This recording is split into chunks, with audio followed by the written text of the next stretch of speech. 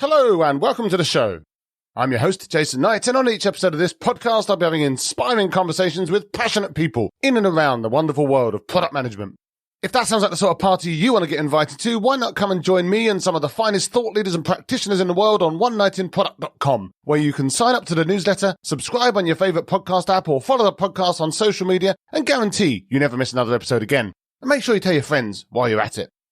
On tonight's episode, we welcome back a guest who's been following the ChatGPT story from the start and almost from within, and saw an opportunity to take a successful startup and pivot it into an AI-powered product management co-pilot that will turbocharge your product teams. But is it going to put us all out of a job? Is it going to make us lose whatever sense of autonomy we thought we had? And are we going to hallucinate our way to product failure? For answers to all these questions and much more, please join us on One Night in Product.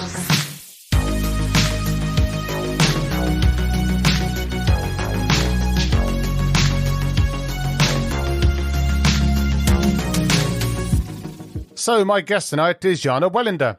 Yana's a former law professor and erstwhile fairy princess children's entertainer who says she's passionate about cold plunges, although I promise Yana, the water tonight is lovely.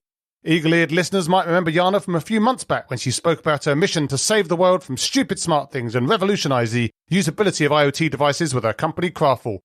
However, she's since thought better of all that and pivoted to unleash the awesome power of large language models to revolutionise product management instead.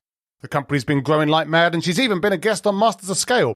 But Yana still remembers her friends, and tonight we're going to dig into the big pivot, find out what it's like building AI-powered products, and see if she's going to feel really, really bad when she's replaced us all with robots. Hi Yana, welcome back, and how are you? I am doing really well. Thanks so much for having me again. Really excited to chat. No problem. It's good to have you back. I'm looking forward to digging into all the stuff you've been doing since the last time we spoke. But the last time we did speak, Kraftful was, as discussed, in the IoT business, and you had a mission to save the world from stupid smart stuff. But that's all changed. So, for the record, what are you doing with Kraftful these days? Yeah, sure. So we're building a co-pilot for product managers and other product builders that saves product managers hopefully hundreds of hours by analyzing user feedback from various sources like App Store reviews, support tickets, user interview notes, really anywhere where you have users talk about your product. That could just be like Twitter mentions. And the end result is really just to have a complete copilot that automates every tedious part of the job, though we're starting in the user feedback summary part. I was going to say there's a lot of tedious parts of the job, but that sounds really exciting, and I can definitely imagine all the AI thread bros writing loads of tweets about that and cluttering up Twitter with all their hot takes about it. But before we do talk about it in more detail, I want to talk a little bit about that decision to pivot, because again, last time we were talking, you were well down that route of trying to revolutionize IoT devices. And obviously it's all changed. ChatGPT has come out and shuffled quite a lot of things around. But was the pivot always on your mind? Like, was this always something that you thought that you could do or should do one day and maybe just couldn't do it yet? Or did events really just kind of overtake you and demand kind of creep up on you? Yeah, that's a great question. And I think it was most definitely always on my mind. In many ways, this was a very hard pivot, just in terms of what our product does and who it serves. In many ways, it was almost no pivot at all, just if you think about our mission, which was to help product managers build better products. And we're sort of focused on the IoT crowd, and now we're focused on a more broader product crowd. But most definitely, something that this specific problem that we now solve is something that is a problem that I've personally thought about for a very long time. So before starting Kraftful, I was a product lead and ultimately head of product at various tech companies, where really gathering user feedback from various sources was always a big undertaking, particularly when we're dealing with like millions of users. And I had both B2B and B2C products in one company. And so I had to listen to both sales call transcripts and support tickets and App Store reviews and reading subreddits and, trying to follow what people were saying about our product on Twitter. And so this particular problem was always top of mind for me. So when I first got to play with GPT-3 back in early 2020, this is literally the very first problem I applied it to. And I built. And so, this is always on my mind.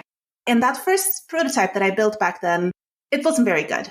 Huh. And so that was sort of like, I couldn't make that into a product back then. But what it wasn't good at was summarization. And what it was really good at was text generation, because indeed that's the primary purpose of large language models is to generate text, not necessarily summarize.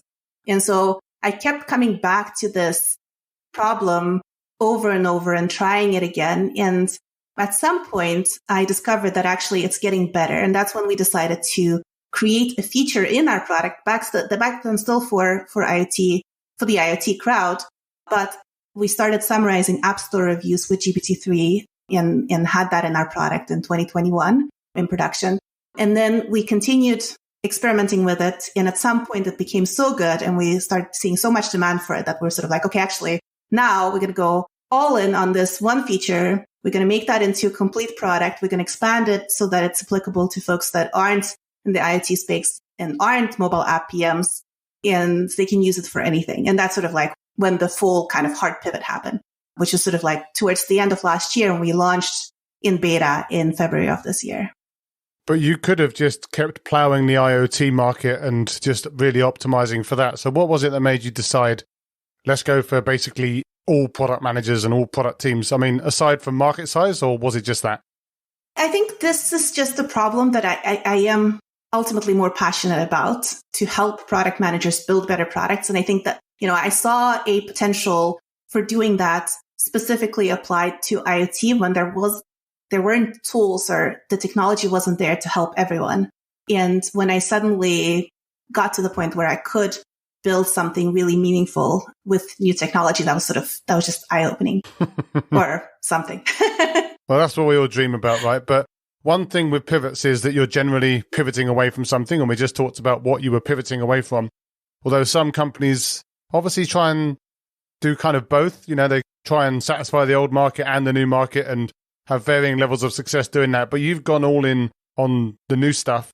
So I guess I do have to ask, have you had to abandon your poor suffering IoT users, or are you still able to kind of cover them as well? We're still able to cover them as well. We do have users from the IoT space using our product today. They now make up a very, very tiny portion of our user base that is much, much more just general software PMs at pretty much every tech company you can imagine, but also really cool other companies and organizations that are sort of retail brands or financial institutions, or even, we have cities or the National Art Gallery, right? Like all these institutions that aren't actually tech companies at all, or really companies. Oh, wow. Which I think is really cool.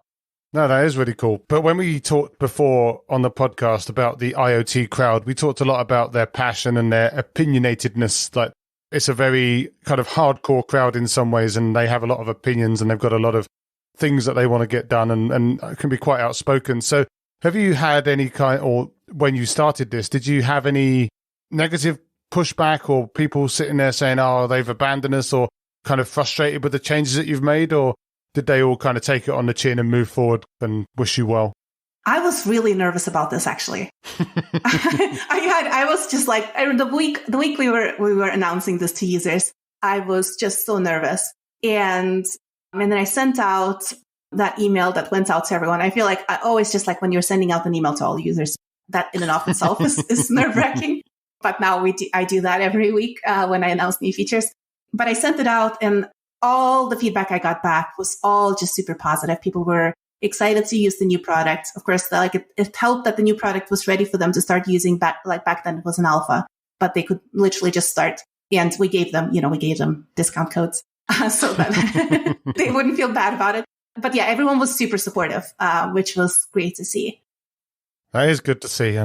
I'll make sure I'll have a quick look on G2 after this just to see if that backs me up. But people might not realize, but an interesting fact about all this and the pivot and the technology that you're using these days is you are actually married to the VP of product at OpenAI. So OpenAI, who obviously are responsible for ChatGPT. So that does seem like a bit of a handy coincidence, but I do have to ask, since your husband's on the inside, are you already on like GPT version 5 or using some souped up version of the API, or do you kind of just have to slum it like the rest of us? I really have to slum it like the rest of you. I think actually I get, at this point, I get just so many requests for people who are like, can I get, early GPT-4X? I'm like, I am just the wife. Like, I don't get to decide these things. But I think I would say that the handiest of coincidences really being married to Peter is that while he was a really early OpenAI employee, he basically joined in their first year and is probably like one of the, earliest employees at this point that still is with the company. really this is something he's been really passionate about for as long as he and I have known each other, which is, like 20 plus years. Yeah. And so I've had a chance to just like talk about this type of AI for decades. Like, I think everyone's kind of just starting to think about it, whereas I've been thinking about how it's going to change the world for a very long time and how I would apply it to the problems I'm seeing. So, of course, that I would say that that's kind of like my unfair advantage, much more so than him necessarily being an OpenAI employee. Oh, yeah. It's no fun if you don't get some kind of special treatment, though. I'm assuming, though, that you do get to spitball some ideas over the dinner table, which must be pretty handy as well, though, right? Absolutely, yeah. I mean, he's definitely the number one advisor at this point. And while I don't get any like special things nowadays, particularly now that everyone's really into the stuff, in the early days when like no one wanted to use GPT-3, which is like kind of hard to imagine that there was such a time. That's when he would be like, "Can you, this is like during COVID lockdown. He's like, can you try it out? Can you give me some feedback?" And so I definitely did get an unfair advantage there. Well, there you go. You got your first mover advantage, and now it's just time to make sure you can run the ball home, or whatever you do in the sports in America these days.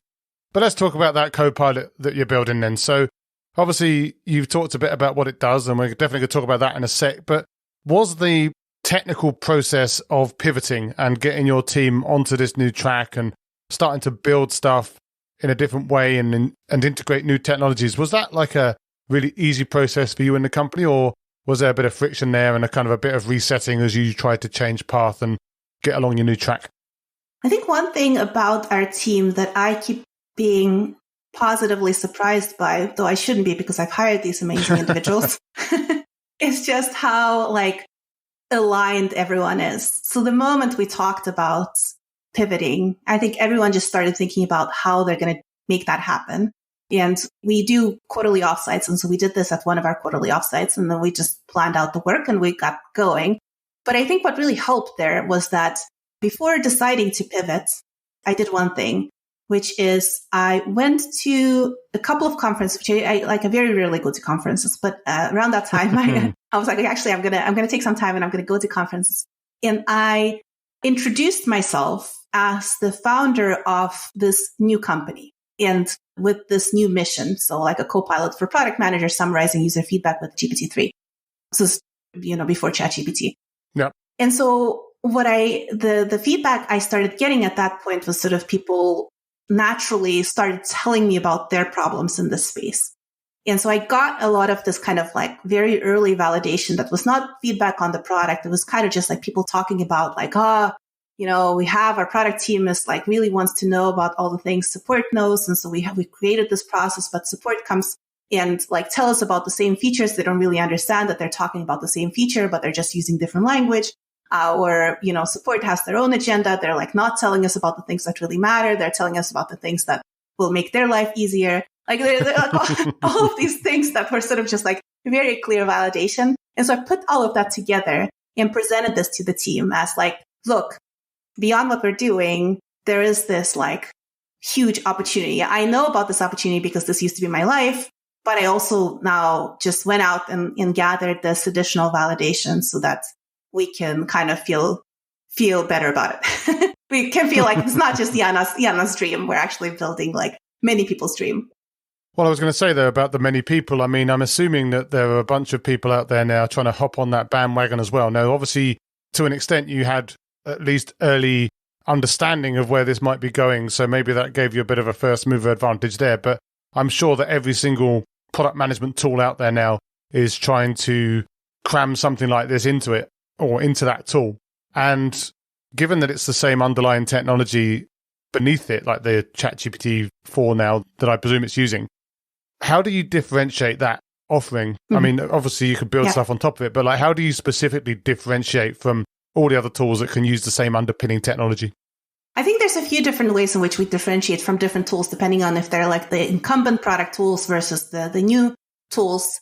With the incumbent product tools, I think it is something that actually one of our customers put much better than I could, which is that Kraftful is Gen AI first, or like forward, actually, I think was the term he used. Gen AI forward, kind of like, either design forward, or actually what I thought was comical is more like like fruit forward wine, but, but this idea that we're really using LLMs in the best possible way to use them rather than trying to plug them into an existing tool and try to make that tool slightly better. And that, I think, is really what makes our solution so powerful compared to some of the kind of folks trying to plug LLM into their... into Jira. I mean, there's got to be an LLM in Jira at some point, right? There is most definitely an LLM in Jira already, and in most of these other tools. But I do think that, and we're not trying to replace Jira. In fact, we're now building an integration to make it easy to write Jira tickets with the user feedback that is in Kraftful. And so we don't think of ourselves as a Jira replacement, but I do think that there's something about being able to live between all of these different things and then build with the technology in the technology native way, as opposed to just like trying to make it work for your existing product. No, absolutely. In fact, the integrations point is an interesting one, which I was about to come to. So let's talk about that. Like, you're talking about something to summarize, as you put it, App Store reviews, support tickets, user interview notes, sales calls, transcripts, survey results, presumably any other kind of textual data as well. But there are a lot of tools out there that do all of those things. And you've already talked about integrating with them, but there are a lot to integrate with. So how are you approaching your, I guess, integration roadmap where you can sit there and say, okay, well, maybe something like Jira is obvious because everyone uses it. But is it simply just reverse sorting stuff by how many people use it? Or have you got some other strategy to work out what you can most meaningfully integrate with? In the early days, and it's funny to talk about early days since we launched the product literally 3 months ago in beta. Last week. In the early days, we looked at two things, which is how many people request it and what is the source in that, like how well can we summarize it, right? Because there's big differences between these different sources, right? Like user interview notes, super dense with product insights. Sales call transcripts, not so much. So there's a lot of complexity. Oh, don't be so harsh on the salespeople. Well, the salespeople are talking a lot, right? So you're not getting a whole lot of what the other person is saying in the transcripts. So those are like basically we looked at those two, right? Like what people were telling us, give me this source. And then we were looking at like, what can we do well? Nowadays, we now just have like this super long list of like, I think hundreds of user requests for different types, for different sources, hundreds of sources, I should say, and thousands of requests supporting them. And so what we now do is we've essentially created a way to upvote the most common ones in our product so that when people sign up, if there's something that doesn't exist, but they can essentially tell us, actually, this is something I want to use. And then we have another box for like requesting your own thing that's not there. And that just gives us a sense of, in addition to like what's most frequently used and what can we do well, what are our users looking to do, right? Because we really want to prioritize those folks and not just generally like the market more broadly.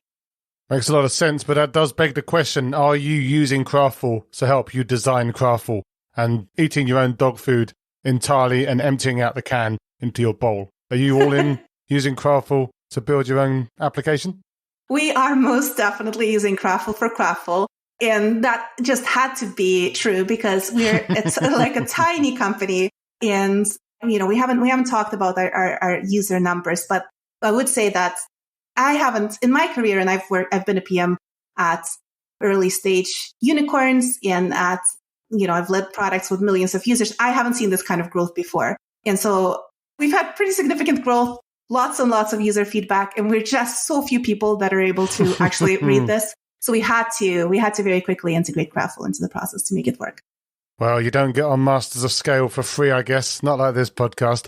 But as an example then, what's one piece of actionable feedback that you've acted upon from all of those different sources of feedback that you got and all of the different stuff that was coming in? Like one way that Kraftful helped you at Kraftful kind of sort through that and surface an insight that you then acted on? Lots and lots. So basically, I'm trying to think of something concrete, but basically, I send out this weekly email to users that has multiple features in each email. And each of those are based off of feedback that we've gotten from users. To give you just a concrete, I think in the early days, 2 weeks ago, 2 weeks ago, we thought that this would really, really just be a tool you'd use for basically like sprint planning or, kind of like just in time.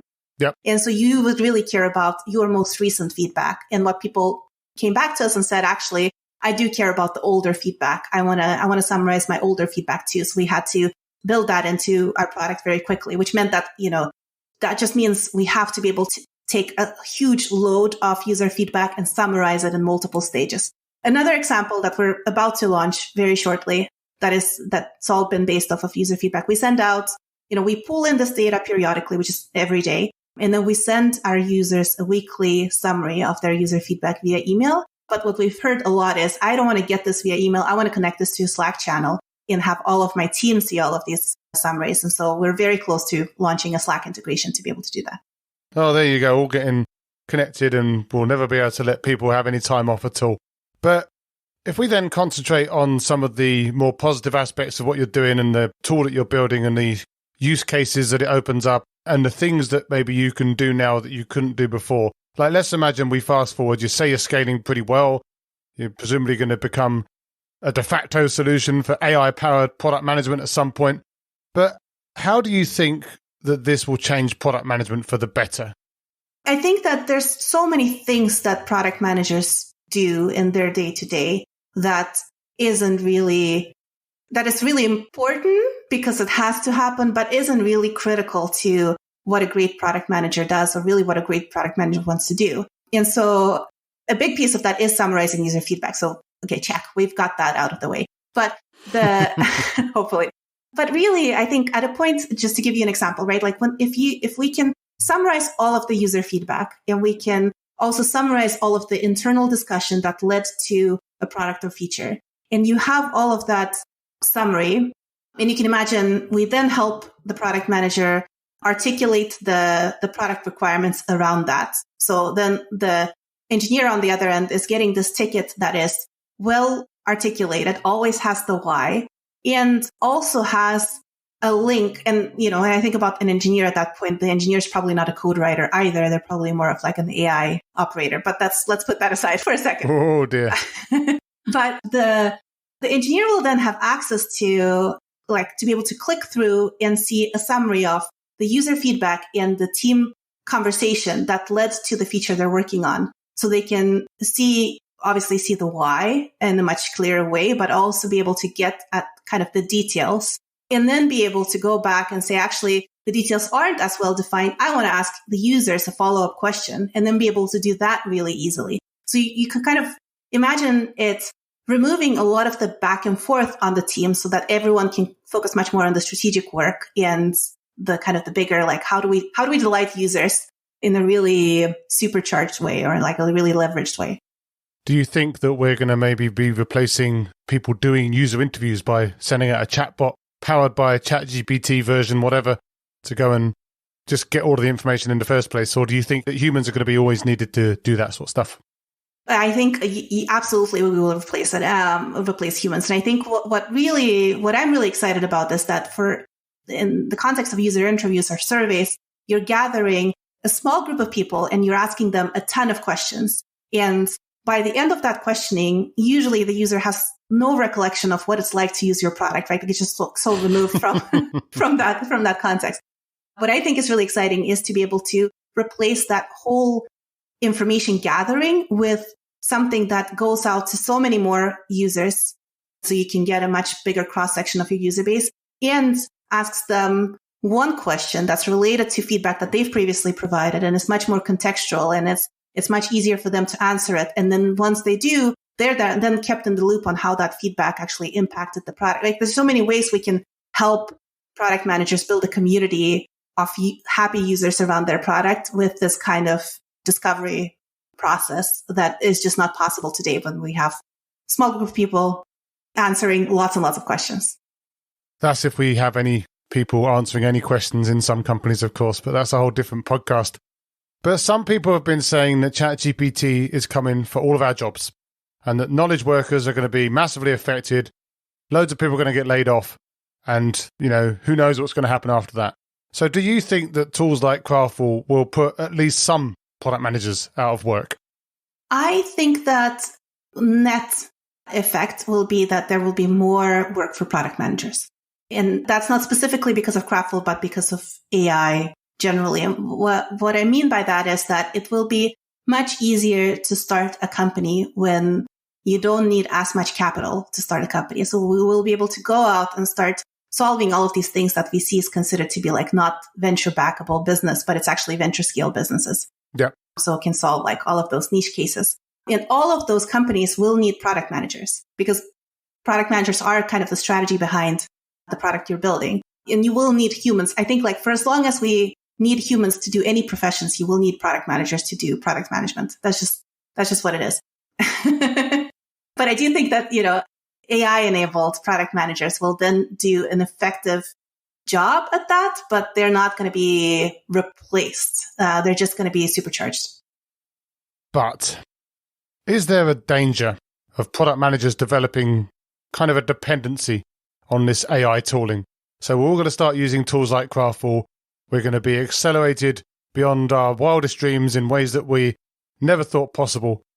And, I can accept that there's going to be some really exciting outcomes from that. But at the same time, maybe not the current crop of product managers because we already know how to do some of this stuff, but maybe like the next generation of product managers or some of these people that are enabled to go and do something that they didn't know that they could do before through the power of technology.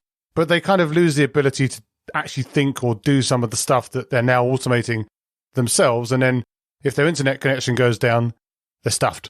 Like, do you feel that we're kind of, whilst empowering PMs, we're also, to some extent, disempowering PMs? I think a good analogy to this is the different map apps, right? Like there used to be a time when we all had to figure out how to find things in a city, and then all of these tools came around and now we just rely on them to get to places. And so we like that frees up our mind to be able to do other things with that space of our brain. But, when our phone is out of battery, we suddenly don't know how to get places.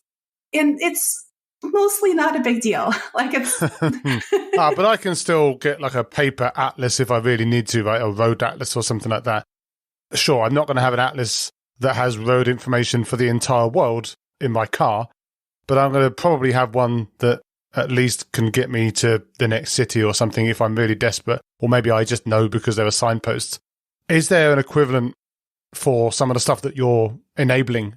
Because, you can't just print out ChatGPT. It's just, there's a certain dependency on that being available for you to do this stuff.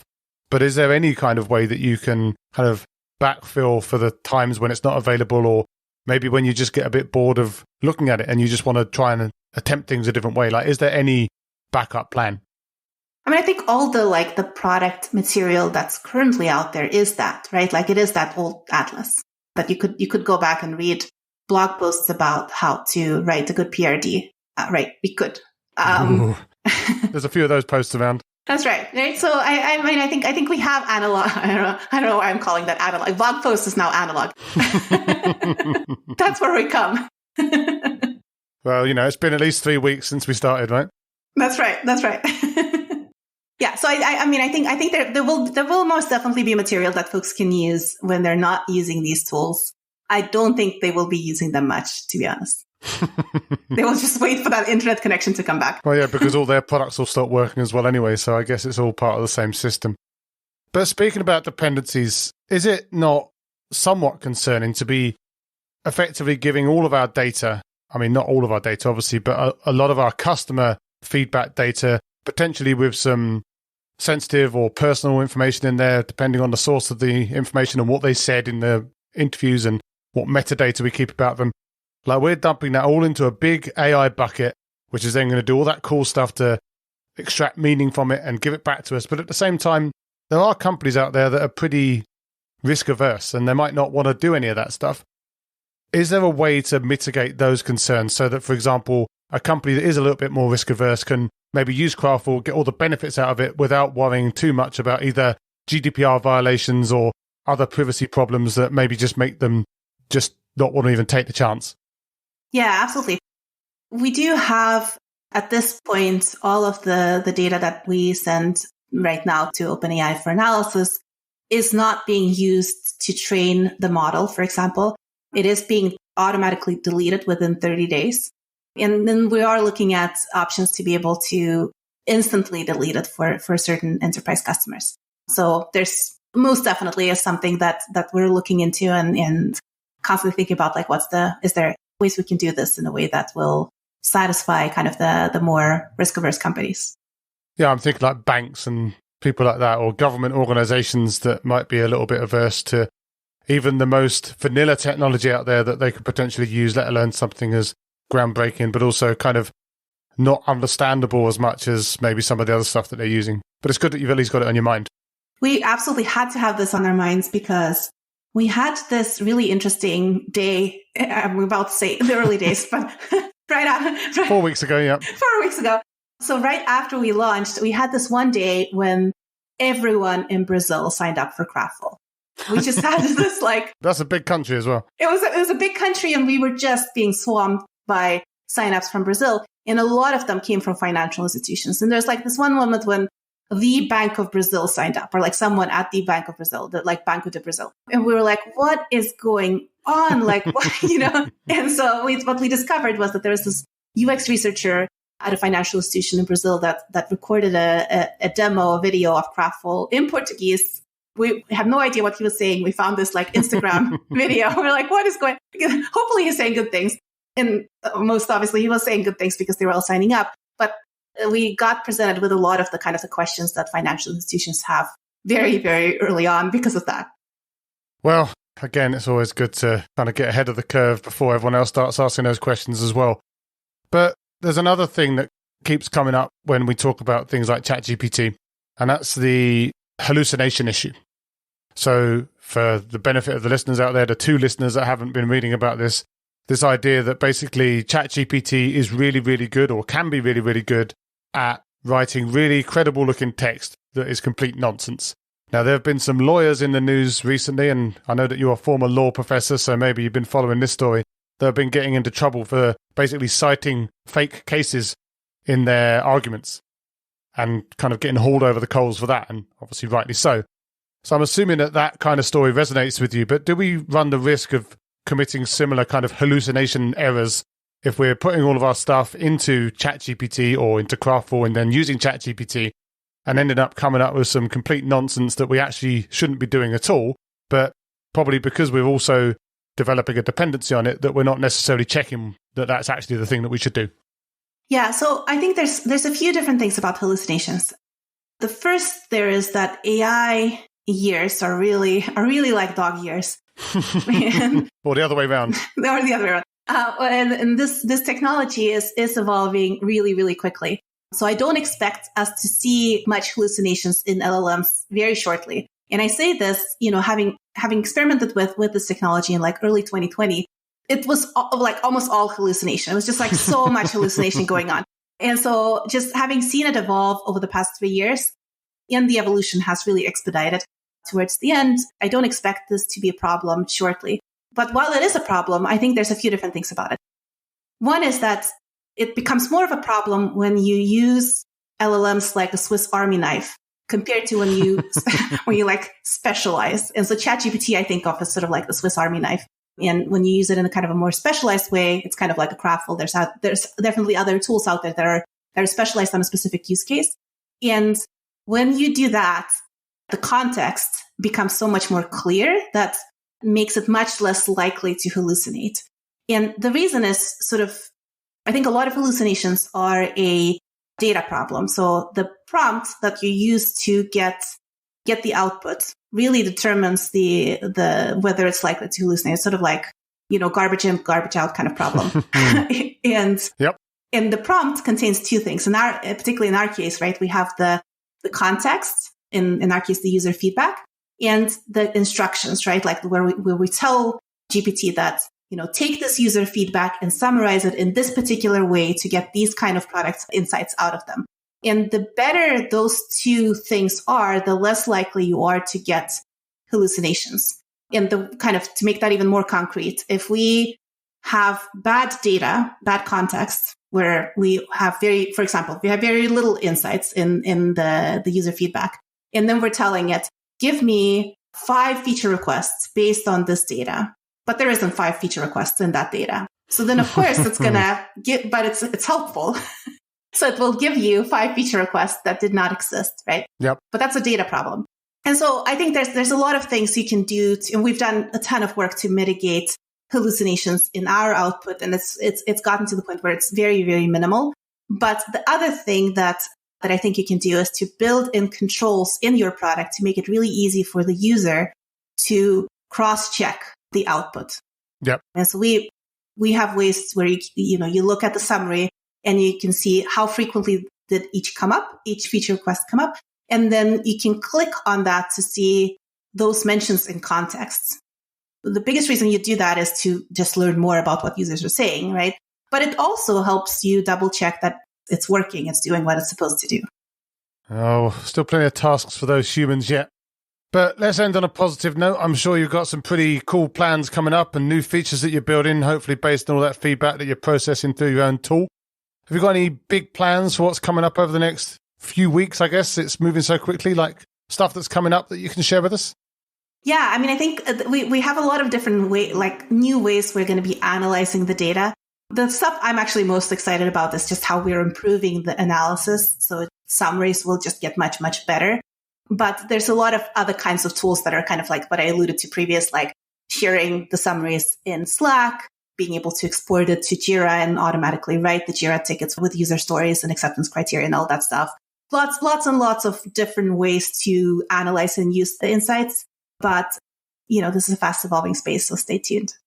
Yeah, well, we have to keep our eyes open and maybe use some kind of ChatGPT enabled thing to keep on top of your release notes as well. But where can people find you then after this if they do want to find out more or keep track on what's going on at Kraftful, chat about AI in general, or maybe get you to help them sort out all those fake legal cases they keep putting in their documents? Please don't reach out to me for legal cases. But Come on, you've got the expertise, right? You're our last line of defense. Sure. But still, please don't.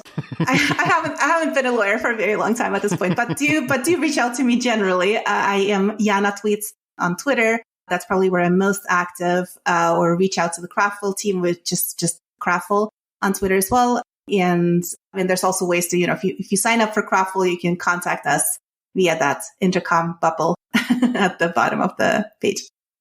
I'm sure there are no chatbots involved anywhere in the chain, and they just get straight through to a real human. Well, I'll make sure to link it all into the show notes anyway, and hopefully you'll get a few people taking a plunge in your direction. Well, as ever, Yana, it's been a pleasure. Obviously, wish you all continued success with Kraftful. Maybe I'll even sign up and check it out myself. Obviously, we'll keep chatting, but as for now, thanks for taking the time. Thanks so much for having me. This is a lot of fun. I really enjoyed it. As always, thanks for listening. I hope you found the episode inspiring and insightful. If you did, again, I can only encourage you to pop over to onenightinproduct.com, check out some of my other fantastic guests, sign up to the mailing list or subscribe on your favourite podcast app, and make sure you share with your friends so you and they can never miss another episode again. I'll be back soon with another inspiring guest, but as for now, thanks and good night.